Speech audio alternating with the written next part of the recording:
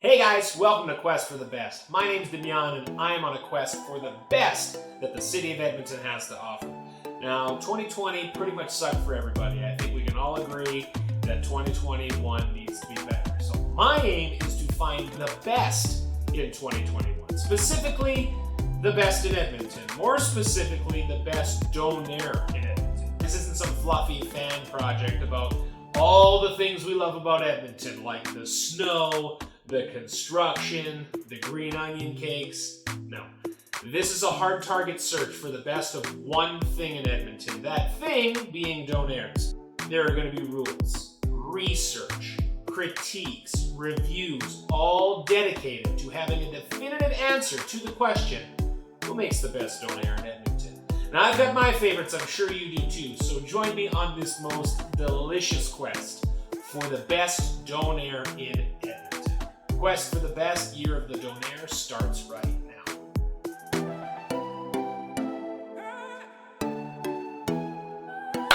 All right, new donair today. Ironically, it's the place that is closest to my house, and I haven't tried it because it's kind of in a weird parking lot. I don't know if you guys know it. Donair Lover, right on 66th Street. It's just like a new place that opened up. I think it was in 2020.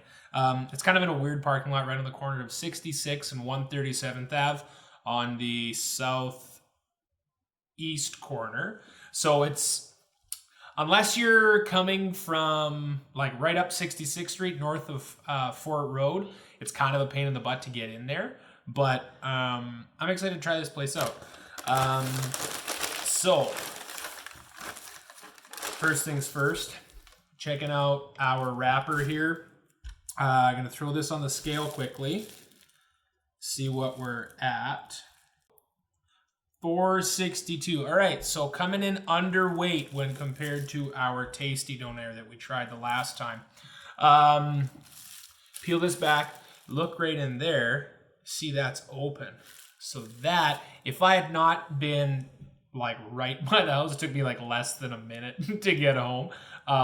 If I was any length of time and not delivering this food in a heated bag, I think this would be quite a bit cooler.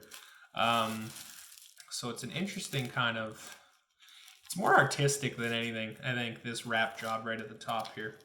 One of the first things to notice when you open the bag, it has this like, you know, like Old Dutch crunch chips, like the kettle cooked Old Dutch chips, the mesquite barbecue. It has that, it's got sort of like a mesquite barbecue kind of scent coming from the bag.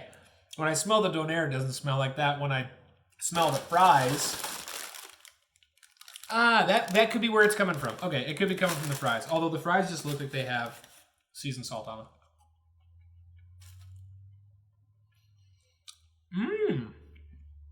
That could be a little bit of like a mesquite seasoning to those French fries. Interesting. All right. We didn't come here for fries. We came here for donairs. So let's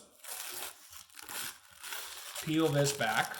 Now, whoa, lost one. That broke clean. That was nice. Okay. Notice the, oh, wow. Okay. That meat's got a little bit of good spice to it. I'm excited about that. Yeah, notice the shape of the donair here. That's actually pretty uniform.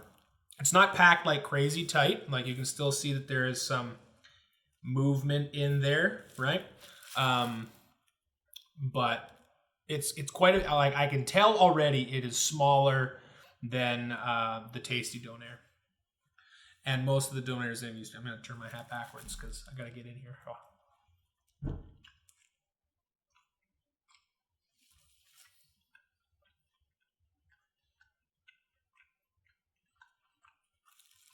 All right. First bite. First bite's pretty good. I went with the normal, you know, I'm trying to do this even Steven for everybody. So, I'm going my standard super donair, lettuce, onion, sweet sauce.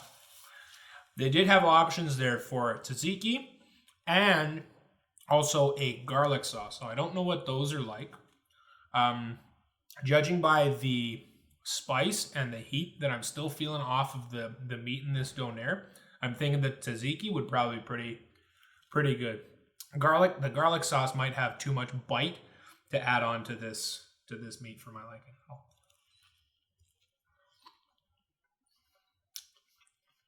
I was the only person in there. Well, that's not true. There was a guy in there ahead of me, and they were also preparing a skip order at the same time. So I was in there for like 20 minutes. But I did get a donair from my wife and a poutine for the kids. So my order was a little larger than normal, but it did seem a little slow going. Now,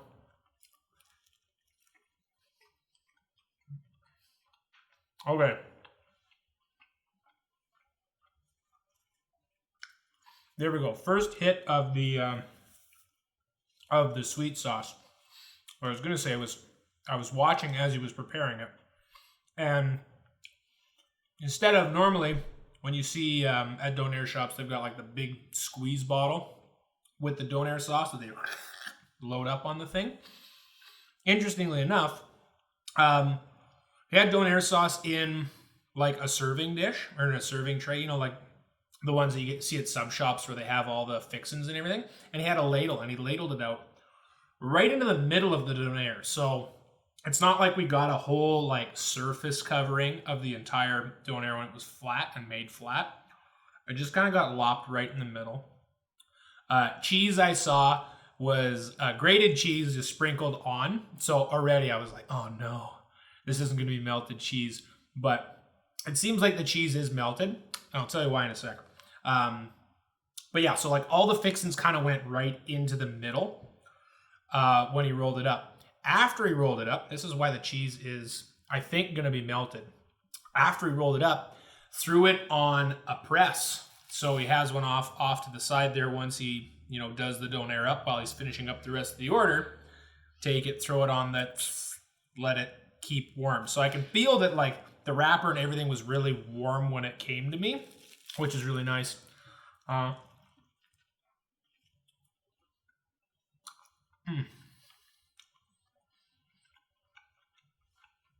Pita is pretty normal. I wouldn't say that it is like crazy steamed and falling apart. Not super, super dry. It's got red onions in here, so I need to take a bite of that to see how that plays with everything.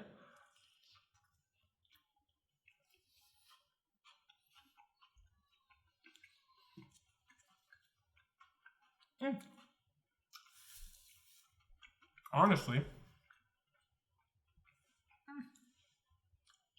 the red onion is not bad. I think it's probably because there isn't a ton in here, which makes it totally bearable. I would say it kind of reminds me of a Buster's pizza donair, except the meat has a different consistency. So it's like it's fairly thinly shaved. Like look at how how thin that is. Lots of times at donair places or donair shops that I like, they've got thicker slices of meat where it's not with the like electric zip disc, like because that comes with pretty thin cuts of meat. And lots of times I like a bigger, like thicker pieces of meat. That usually comes from the guys who are cutting it themselves by hand.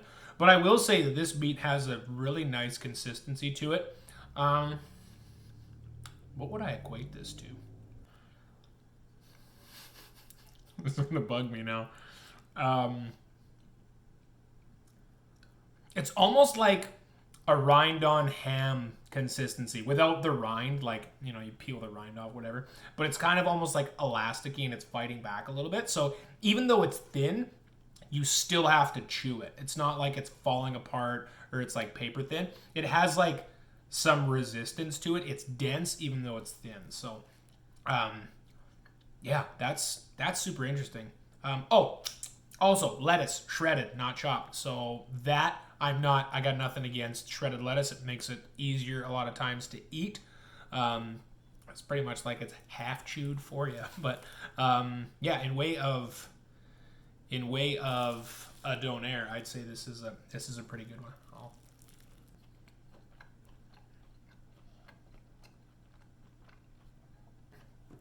I don't know if you like watching me chew like this, but if so, leave a comment down below, and I'll make sure to do more of this in the videos.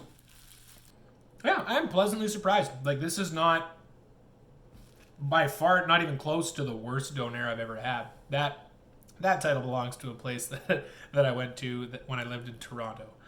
And I will never go back again. I don't even think I could find it, and thank God, because I would never eat there again. But yeah, donair lover.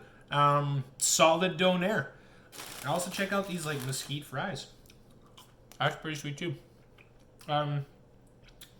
Yeah, make sure to like, comment, subscribe down below.